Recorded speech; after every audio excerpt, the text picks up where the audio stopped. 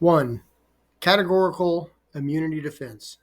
Former President Trump argues that criminal liability for former presidents risks chilling presidential action while in office and opens the floodgates to meritless and harassing prosecution.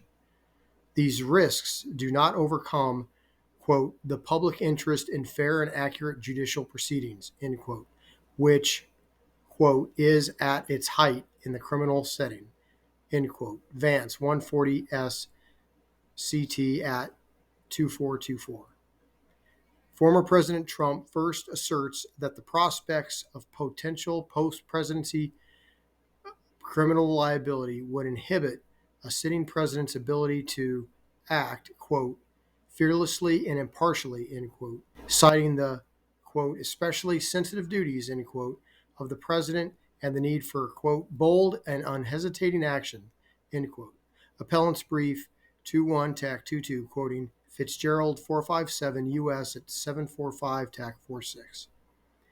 But, quote, the chance that now and then there may be found some timid soul who will take counsel of his fears and give way to their repressive power is too remote and shadowy to shape the course of justice, end quote. Clark v. United States 289 U.S. 1, 1933.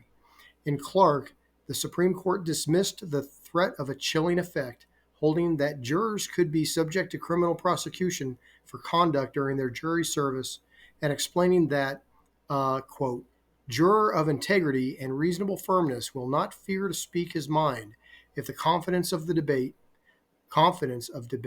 are barred to the ears of mere impertinence or malice, end quote. Rather, the court observed, quote, he will not expect to be shielded against the disclosure of his conduct in the event there is evidence reflecting upon his honor, end quote.